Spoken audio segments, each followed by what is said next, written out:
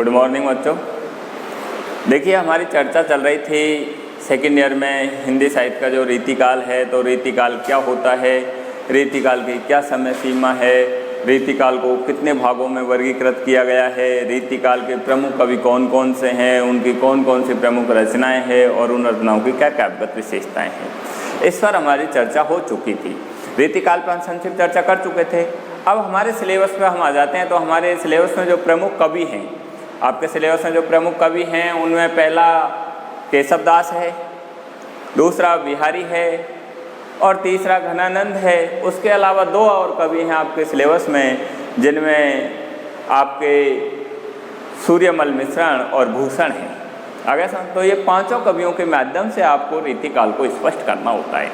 पहला आपका कवि है वो रीतिबद्ध काव्यधारा का है, दूसरा जो कवि है वो रीतिसिद्ध काव्यधारा का है, तीसरा है वो रीतिमुक्त का है, और रीतिकाल में अन्य जो प्रवृत्तियाँ या अन्य जो विचारधारा को लेकर जो काव्य लिखा गया था, जिसमें वीर रस की नीति संबंधी, उनको लेकर के अन्य कवि हैं।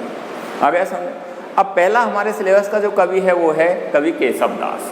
केशवदास, जिनके जन्म के विषय में आपने पढ़ी रखा होगा कि केशवदास का जो जन्म है वो विक्रम संवत 1618 ईस्वी में, विक्रम संवत 1618 में हुआ था। आगे समझ, और इनकी जो मृत्यु है वो विक्रम संवत 1680 ईस्वी में हुई थी। केशवदास के विषय में आपने पहले भी पढ़ा होगा कि बहुत सारे जो रीतिकाल के जो इतिहासकार हैं वो कवि केशवदास को रीतिकाल के प्रवर्तक के रूप में भी जानते हैं, क्योंकि केशवदास को और चिंतामणि को लेकर और रीतिकाल के प्रवर्तक के विषय में हमारे इतिहासकारों में विवाद रहा। किसी ने तो कहा केशवदास रीतिकाल के प्रवर्तक के रूप में जाने जाते हैं, किसी ने कहा चिंतामणि जाने जाते हैं। लेकिन चिंतामणि की जो रचनाएं है वो रचनाएं केशवदास से 50 वर्ष पूर्व की है, लेकिन रीतिकाल की जिन प्रवृत्तियों को लेकर जो काव्य लिखा गया था वो केशवदास से प्रारंभ होता है। इसलिए कुछ विद्वान इनको भी रीतिकाल के प्रवर्तक के रूप में जानते हैं। केशवदास के विषय में आपने जाने रखा होगा कि केशवदास हैं, उनके जो परिवार वाले हैं वो संस्कृत के विद्वान थे। ऐसा कहते हैं कि इनके घर की जो सुख और सारिकाएँ होती थी वो भी संस्कृत बोलती थी। इस तरह के परिवार से केशवदास जी बिलोंग करते हैं। अब देखिए, आपके सिलेबस में केशवदास की जो रचनाएं हैं, केशवदास की जो रचनाएं हैं उनमें प्रमुख रूप से कविप्रिया, रसिकप्रिया और रामचंद्रिका है। कुछ अन्य जो रचनाएं हैं उनमें जैसे जयसिंह देवचरित है, वीर सिंह देवचरित है, विज्ञान गीता है, इस तरह की इनकी कुछ रचनाएं हैं। आपके सिलेबस में रामचंद्रिका रखी गई है और उस रामचंद्रिका के कुछ पद हैं। तो देखिए, सबसे पहले आपके वहाँ रामचंद्रिका का वालकांड है, और वालकांड में उन्होंने रामचंद्रिका में जो सबसे प्रारंभ में जो सरस्वती वंदना, जो मंगलाचरण के रूप में जो काव्य में लिखी जाती है, वो सरस्वती वंदना के रूप में आपके सिलेबस में दी हुई है। जिसका पहला जो पद है वो आप देखिए, उनमें उसने लिखा है, वाणी जग रानी की उदारता वखानी जाए, ऐसी मति कहो दो कौन की भई। देवता प्रसिद्ध सिद्ध ऋषि राज तप व्रत कह कह हारे सब कहीं न कहू गई। भावी भूत वर्तमान जगत बखानत है, केशवदास केहू न बखानी जाए कहू पे गई। वर्ण पति 4 मुख, पूत वर्ण 5 मुख, नाति वर्ण 60 मुख, तदपि नई नई। इस तरह उन्होंने मंगलाचरण के रूप में सरस्वती वंदना करते हुए उन्होंने रामचंद्रिका का पहला पद आपके सिलेबस में दिया हुआ है।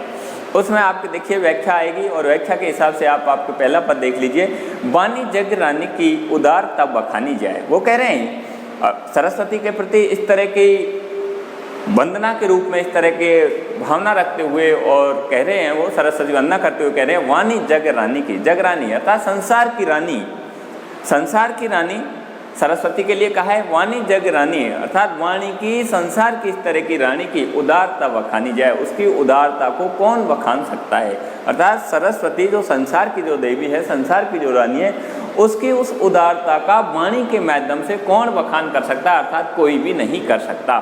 ऐसी मति कहो दो कौन की भई। ऐसी मति यानी, ऐसी मति यानी बुद्धि, कहो दो बताओ, दो न जाने, दो का मतलब होता है न जाने, न जाने ऐसी मति किसकी है जो इस तरह उस वाणी की जो देवी है उसकी उस उदारता का बखान कर सकता है। अर्थात ऐसी मति न जाने कौन की, अर्थात किसी की भी नहीं है। इस तरह से वो सरस्वती देवी के सरस्वती देवी के प्रति इस तरह वंदना के भाव रखते हुए इस तरह अपनी कविता में वो कह रहे हैं कि वाणी जगरानी की उदारता बखानी जाए, ऐसी मति कहो दो कौन की भई, देवता प्रसिद्ध सिद्ध ऋषि राज तप वृद्ध, कह हारे सब कहीं न काहू पे गई। देखिए क्या कहा है, उन्होंने कहा है कि बहुत सारे जो देवता हैं, बहुत सारे जो प्रसिद्ध सिद्ध व्यक्ति हैं, आगे सुने, बहुत सारे जो ऋषि मुनि हैं, बहुत सारे जो तपस्वी व्यक्ति हैं, वो भी कह करके हारे यानी थक गए, लेकिन कहीं न काहू पे गई, लेकिन किसी पे आज तक उसकी जो उदारता है वो उसका वर्णन आज तक किसी पे नहीं कहा गया। आगे समझे, सरस्वती की वंदना करते हुए वो कह रहे हैं कि आज ऐसा व्यक्ति कौन है, ऐसे किस व्यक्ति की बुद्धि है जो उसकी उदारता का बखान कर सकता है। अब से पहले बहुत सारे जो देवता हैं, बहुत सारे जो इस तरह के तपस्वी हैं, ऋषि हैं, प्रसिद्ध सिद्ध व्यक्ति हैं, वो भी उसकी उदारता का बखान करते करते थक गए, लेकिन आज तक उस किसी पे नहीं कही गई। इस तरह की उस सरस्वती की इस तरह की उदारता है। आगे देखिए, भावी भूत वर्तमान जगत बखानत है, केशोदास केहू न बखानी काहू पे गई। भावी भूत, देखिए भावी भूत वर्तमान जगत बखानत है, वो कह रहे हैं भावी का मतलब होता है अतीत काल में, भावी आने वाले भविष्य काल में, तो भविष्य में भी बहुत सारे ऋषि, बहुत सारे भविष्य में भी उसकी बुद्धि का या उसकी उदारता का बखान करने वाले होंगे। भूत अतीत में भी हो गए, वर्तमान में भी हो रहे हैं, लेकिन जगत बखानत है। तो उन्होंने कहा कि अतीत में, वर्तमान काल में, भविष्य काल में भी उसकी इस तरह की उदारता का बखान करने वाले बहुत सारे लोग हो गए। केशवदास के उन्हें बखानी का पे गए, लेकिन केशवदास कह रहे हैं कि किसी पे भी आज तक उसका वर्णन नहीं किया गया। इस तरह की उस मां सरस्वती की उदारता का इस तरह का वर्णन है। आगे उन्होंने फिर कहा है कि वर्ण्य पति चार मुख। देखिए, वर्ण्य पति चार मुख कि उसकी उस उदारता का वर्णन, उनके स्वयं के जो पति हैं ब्रह्मा जी, वो भी चार मुखों से उनकी उदारता का वर्णन कर रहे हैं, लेकिन उन पे भी उनकी उदारता का वर्णन नहीं हो सका। तो वर्ण्य पति चार मुखो, पूत वर्ण्य पांच मुख, और उनके पुत्र शिव जी के लिए कहा गया है कि शिव जी जो उनके पुत्र हैं वो अपने पांच मुखों से भी उसकी उदारता का वर्णन करने लगे, लेकिन उन पे भी उनकी उदारता का वर्णन नहीं किया गया। अब देखिए, पति पे भी नहीं किया गया, उनके जो पुत्र हैं शिव हैं, उन्होंने पांच मुख रखकर उसकी उदारता का वर्णन करना चाहा तो उन पे भी नहीं कहा गया। और नाती वर्ण्य सठ मुख, और नाती अर्थात जो उनके पौत्र, ये कार्तिकेय के लिए कहा गया है। तो पति ने तो चार मुखों से, पुत्र ने पांच मुखों से, और उनका जो पुत्र है कार्तिकेय, उसने 6 मुखों से भी उनकी उदारता का वर्णन करने की कोशिश की, उदारता का वर्णन करना चाहा, लेकिन तद्यपि नहीं, लेकिन तद्यपि उसकी जो उदारता है वो नित्य नई होती जा रही है, अर्थात उसकी उदारता का वर्णन अब तक किसी से नहीं किया गया।